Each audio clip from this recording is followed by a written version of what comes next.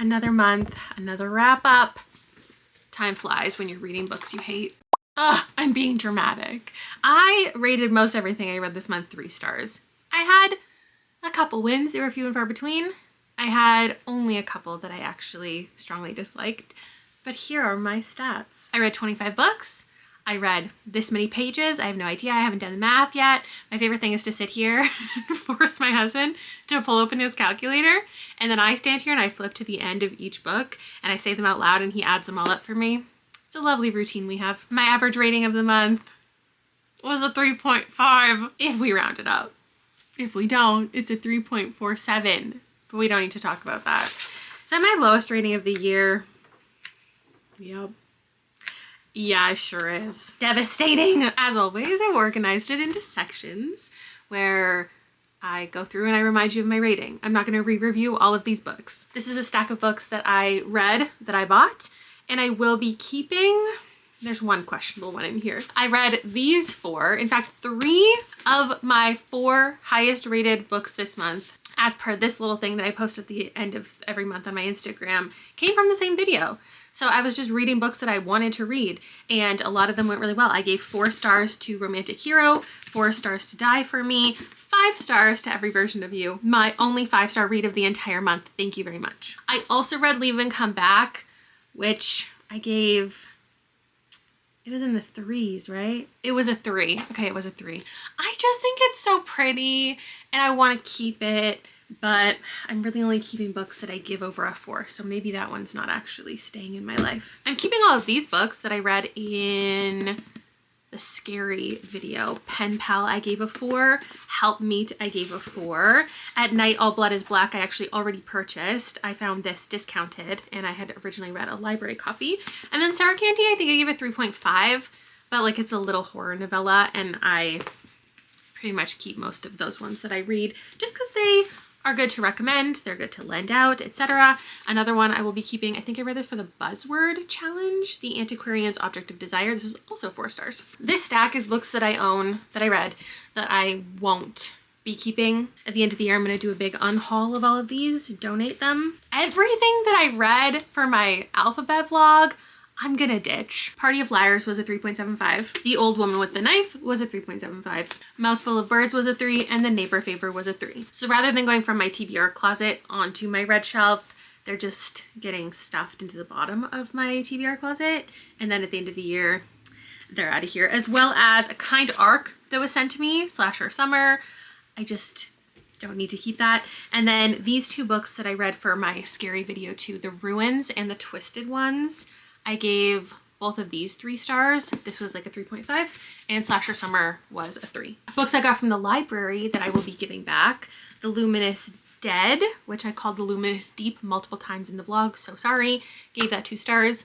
Glad I didn't purchase it. And then the Yellow Wallpaper, I actually only read the 1 story in here, The Yellow Wallpaper, so I have to just go in here and figure out how many pages that was to make my, that's not here anymore, page count on my stats be correct, but I gave that short story 4 stars, and maybe I should finish the rest of these before I give this back to the library. A stack that's non-existent here is the 2 books that I read via audiobook, and I will not be purchasing for myself. One is Yes Chef, which I gave a 3.5? Correct, a 3.5. And then I also gave a 3.5 to Destination Funeral, which I thought would be one of my favorites. And we're left with these 5 books that I haven't told you about yet. And as we approach the end of the month, well, I kind of sprinkled these throughout the month, but let's pretend. I was thinking to myself, when I come to these wrap-ups, I would love it to represent my reading as a whole. So I was like, I'm going to review a horror that I loved, a mystery that I loved, a sci-fi that I loved, a romance that I loved at the end of the month. So there's a purpose for this wrap-up to be here. And I didn't love many of these books, but we're going to talk about them. Dead Dreaming of Electric Sheep by Paul Tremblay, another 3.5. I just did the live show for this, and I said I'm stuck between a 3 and a 3.5.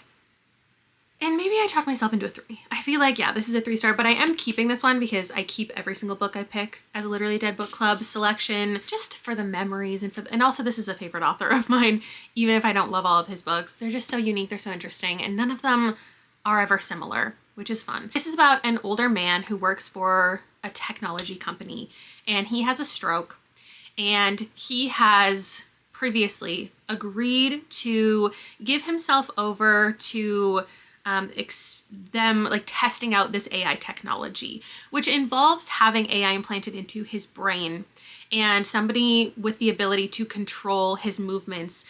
They want to test it out. And obviously there's a lot of implications with that.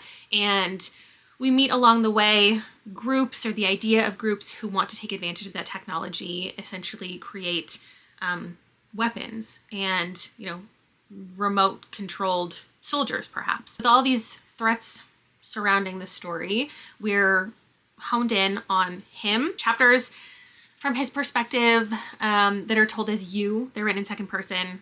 Love that. And they're just vague. They're fever dreamy. They're very strange. He doesn't know his own reality. Like, does he have consciousness? Does he not? Like, what are we really reading? It's all confusing. And then we're reading in traditional third person, a woman who's been tasked with learning how to control this like remote control phone device and control his movements and take him from one side of the country to the other, to a place where he can end his journey and be where he's supposed to be at the end.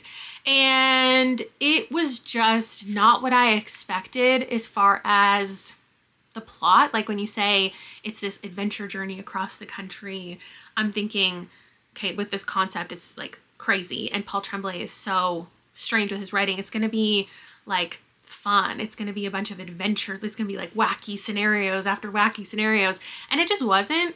They were on a plane for most of this, and just her learning how to teach him, or like learning how to control his movements was a lot of it, which I like the mundane learnings of it all. But then it was just like, I'm going to make him walk over here. I'm going to make him walk over here. Is he actually aware of what he's doing? Can he move here and there on his own? There was lots of commentary that I liked, or even if I didn't feel like the book had specific things it wanted to say, it at least introduced ideas that you could then think about afterwards. What I didn't really enjoy was just the constant introduction of ideas and characters and things that never meant anything, never went anywhere. I just didn't know what the point of a lot of it was. And like with most of the people who were at the live show, I think we all agreed that this would be better shorter if it was a novella, because a lot of times in a science fiction or horror or a combination of both type of story, the length is justified by, like, isn't it so scary? Like, you have to take a while to show you how scary it is and how impactful this thing is. And like, you have to learn so much in a science fiction story. Like, there has to be so many pages. But in here, it was the same kind of thing over and over and over again that didn't seem to serve a lot of purpose. It didn't get more eerie. It didn't get more uncomfortable. It was just taking so long to really get anywhere. But I love his writing. I love how there's so much happening, and this audiobook was fantastic. There was layered voices, there was so much production, so much unique stuff in here. It made it a really immersive experience. You can also get that from the physical copy. Like, there's just stuff that looks like this, which makes it very fun and engaging. But when there's not really much happening in the plot, or I feel like I had a lot of ideas for where the plot was going, and then none of those came to be true, I was let down by where I thought the book was going and the reason that I was left in the dark about so many things, and it just kind of ended. And I was quite unsatisfied, but not in a hate kind of way that would put this anything under a 3. Next up, a better one. Okay, this is The Examiner by Janice Hallett, and this one I gave a 4.25. This was the win of the things that I read outside of content this month. So this 6 students, 1 murder, can you solve the crime? Here's the thing about this. I get that pitch, but I almost feel like it shouldn't even be a mystery. It's so tough because, like, it obviously is a mystery and it's about a murder. And I'm sure lots of people like this. Like, I haven't looked at the average ratings, but like Janice Hallett, people love.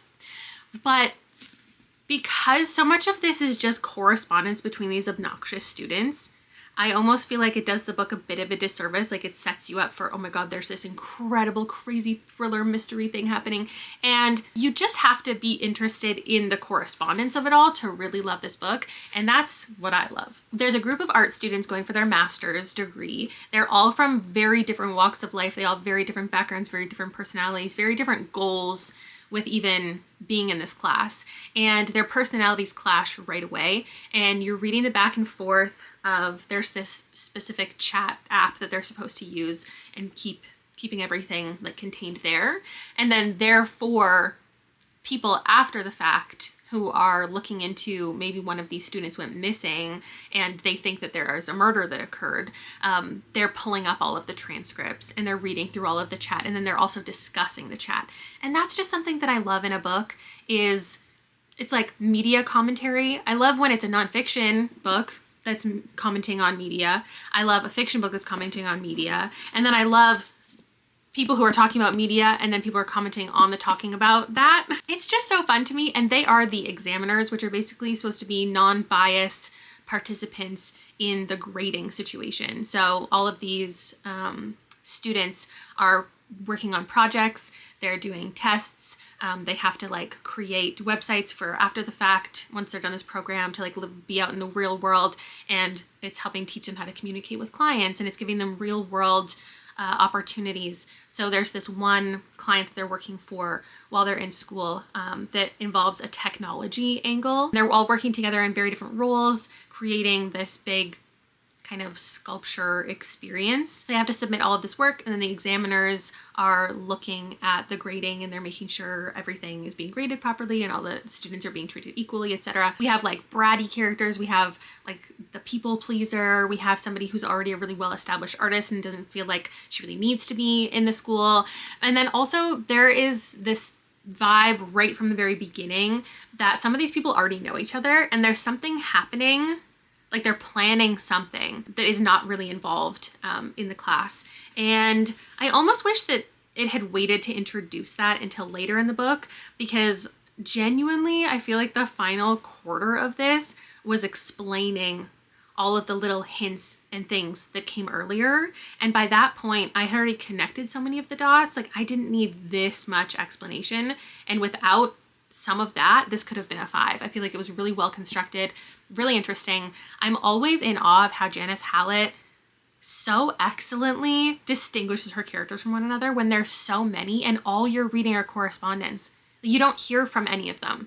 You're not getting their inner thoughts. It's all just like the dialogue between everybody, and they're such just clear characters, and I think that's really impressive. And there were a couple shocking things in here, not even big life-changing moments. Like this isn't the oh my god craziest plot twist you're ever gonna read, but there are little shocking things that I guarantee you would have not considered are happening. They're just so smart and well done, and I really, really enjoyed this one. That's the same rating that I gave The Appeal. So if you loved The Appeal, maybe you'll love that one. I rated The Alberton Angels a little bit lower last month, which is funny because I read that book for the shocking video and I know the examiner came up and I just didn't pick it. So I read it on my own time, and I should have read it for that video because I was gagged a couple times. Now that we were positive, let's get back into Hater Kayla territory.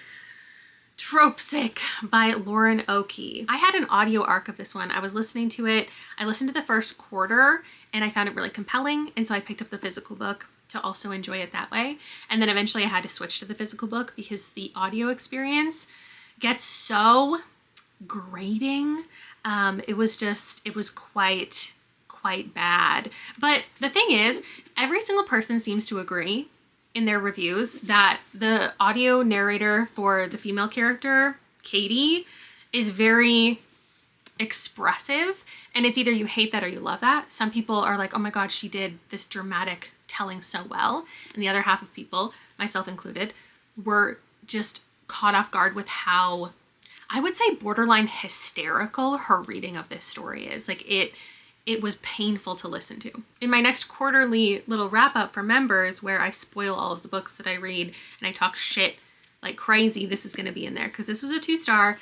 It could be in the 1s. And I gave this book a chance because I so often am judging a book by their cover, and I'm like only picking up the cutesy romances that look so fun, and they're so, like, the covers are so beautiful. And I was like, I'll pick this one up even though I hate the cover, because it's about all of these tropes and like how fun these two characters are writing a book together, and they've known each other their entire lives, but they've had a falling out with one another, and this is their moment to come back together. They're going to fall in love, and they're going to explore every single one of these tropes in the book that they're writing together. And I love books where that happens, when you get the back and forth, then each person is writing a certain section, and just like in a typical book I've read so many times before, they start to realize like they're inserting themselves into the book, and they're like almost having conversations with each other through the characters. And there was this one moment where she was like, is he gonna kiss her soon? Like, how long into the book can we wait? Do we have to wait until he's gonna make a move and kiss her? Because she clearly wants it. And he was like, oh my God. And so then, you know, they kiss, and that was the last time the book was good. And then I just kept reading it because I don't know. The tropes are completely forgotten. The book is almost completely forgotten. I just feel like that is the driving force of the narrative. And then it just becomes about their dynamic. Once we hit the halfway point, they're barely even talking about the book. And that's what I wanted. I wanted them to be writing the book, and I wanted to learn about the characters, and I wanted to know about the writing process. And I thought that would be so fun. And then it just got so heavy and dramatic. And we know from the beginning that they are both steeped in grief, and something has happened with her brother. Her brother has passed, and they have, one of them, certain responsibilities. They have failed one another, like bad things have happened. And just the, I don't know, the chase of it all just felt really desperate and gross. And them constantly talking about like how much, I don't know, there was this whole vibe of like, you wanted me so bad when I was a little teenager, and like I've loved you my entire life, and I know you've wanted to fuck me since I was like 15 or something, and like I've been waiting for you my entire life, but like I can't be with you because I don't trust you. And then from the other side, it was like the character that we were getting to know and the character who was presenting themselves to the other character didn't match up at all, and all of the conflict felt so forced and inauthentic because there was really no plot besides them being stuck in this place together, writing this book together. And so the author obviously felt this constant need to give reasons why they're not together yet, and one of them would profess their feelings, and then the other would be like, oh, I don't know. And then the other person would get really upset, and then they'd forgive each other, and then they would sleep together, and then be like, but I can't do this. Oh, but I want you so bad. And it was like constant, not even miscommunication, but just the way we got to know these characters and how capable they were of being intelligent, mature people. But then every time they had a conversation, it was just like they accidentally said the wrong thing and set the other person off, or like didn't explain themselves properly. And the book just let them fall apart so many times. It just didn't feel right. And then the ending people will hate or love. It's wackadoodle. And as a wackadoodle lover, you'd think, yeah, that's fun. I hated it. The drama just got so high and so like hysterical and screechy. It was like the family drama was ramping up, the career drama was ramping up, the relationship drama was ramping up. It was like everything was just so bad. And for a fun premise, even though I knew that there was grief and there was hardship, that they were going into it with like not liking each other, I really just didn't think it was going to be such a bummer for so long. And then I really hated the sex scenes. So next up, we've got Japanese Gothic.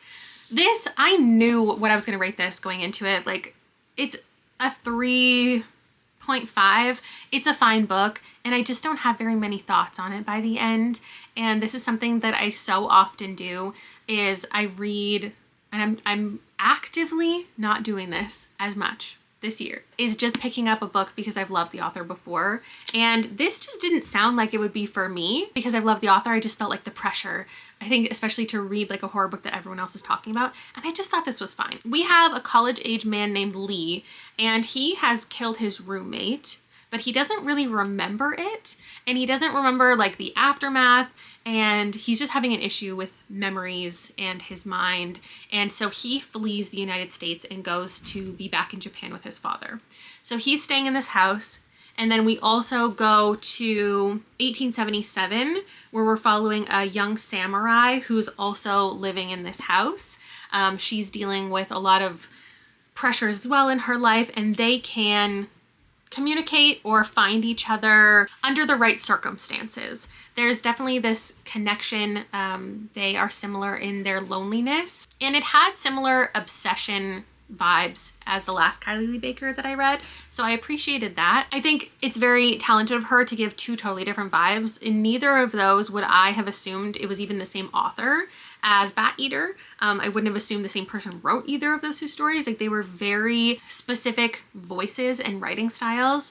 I could see her writing that like historical kind of mythology story into a full-length novel on its own. And then the other one feels kind of like a little more YA, almost coming of age story. I think I would have loved this if it was a novella, if it was a dark little novella, because the pace was quite slow. I feel like the book didn't really know where it wanted to go. I don't think we got to know these characters super well. It was more about the concept, and the concept, once we got to the end and understood everything, it moved it up in rating from a 3 to a 3.5 because I just think it was really excellently puzzle pieced together. But this took me quite a while to read, and it was just an okay time for me. I don't think I have any really big issues with it, but I didn't have anything I absolutely loved about it. And lastly, we've got A Good Person by Kirsten King, which I was bullied into reading because so many people have been reading it this year and saying, oh my God, this is the book for you. You have to read this.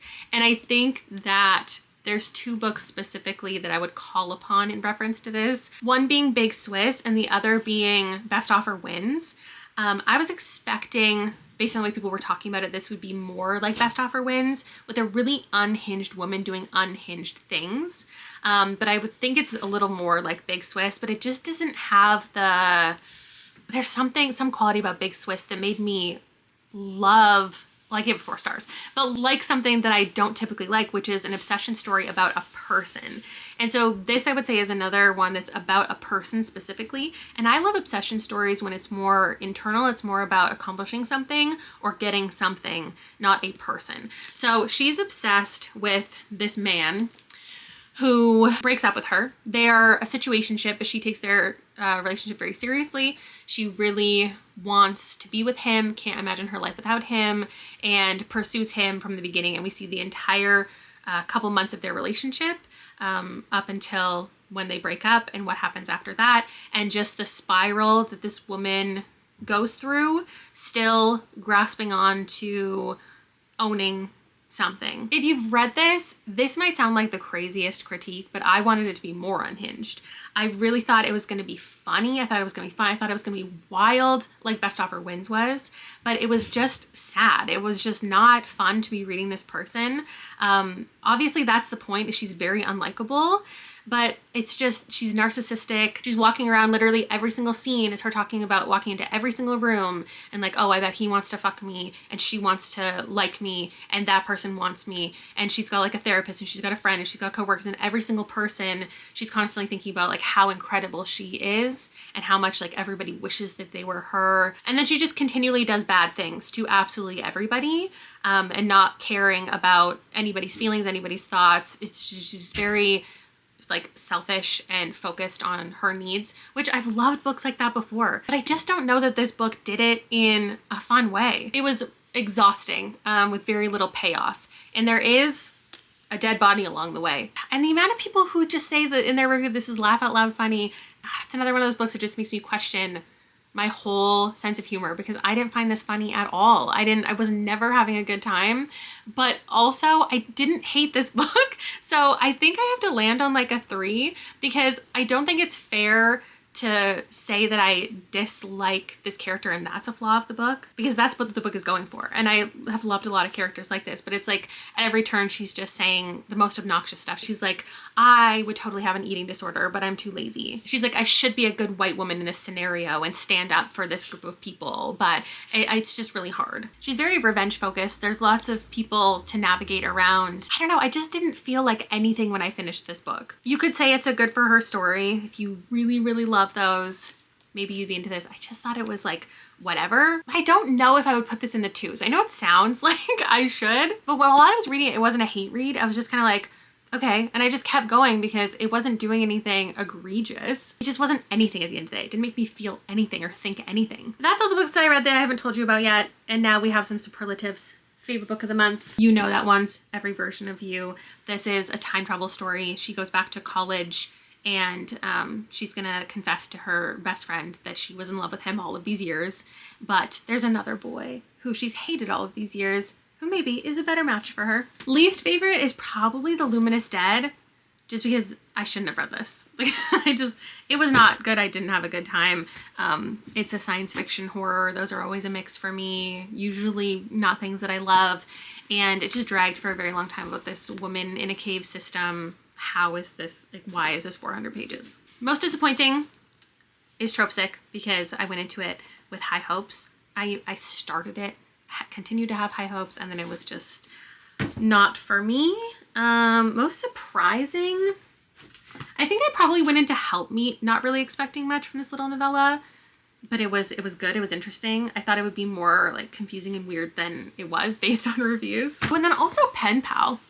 Like, Penpal surprised me. I gave this a 4, and it's a book I've been avoiding for so long because I thought it was going to be just like really dark and gratuitous in its horror. And it wasn't. Author I want to read more from. I definitely am interested to see what Shirlene Abobi does next. I think she would really thrive in like a mystery romance, because I loved the romance in here, but there wasn't very much plot. It was like a little paranormal, but not for very much of it. But the way she like ramped up the tension was good. If we just got a plot earlier on, like, this would have been a 5-star. The one I'm going to recommend most, I think, like, for the general romance population, Romantic Hero is a good, solid romance. I don't feel like many people would absolutely hate this. It's lighthearted. It has a cowboy character who comes out of this author's book and teaches her about life and love. Favorite characters? I don't have one. I wrote this down and I don't think I can't come up with anything. Like, there are characters I liked, even in the books that I gave high ratings. There are love interests I like, but nobody, like, I'm so sorry, nobody that I'd be like, oh, this is a favorite character. Like, I would want to read another book about them. Favorite cover is Yes Chef. I think this is cute. I wish I loved it because I want to own it. I think Leave and Come Back is so pretty. I love the colors. I think this is nice. And then Die For Me is my ultimate favorite because, like, this is so sexy and I love the colors. It's so good. Favorite title? Favorite title is my last question. I didn't write anything down. Nothing came to mind when I was jotting down my questions. I feel like Dead but Dreaming of Electric Sheep is kind of fun, but it really had nothing to do with anything. Maybe Mouthful of Birds. A lot of them are just really generic. Like, maybe Every Version of You, because that line is in the book, and when it comes into the book, it's It's sweet and it's cute. That's my wrap up for July. Those are the 25 books that I read. Do you want to read any of these now? Have I swayed you away from anything? If you want to tell me your favorites, I would love to hear it, and I'm sure everybody else would too in the comments below. Bye!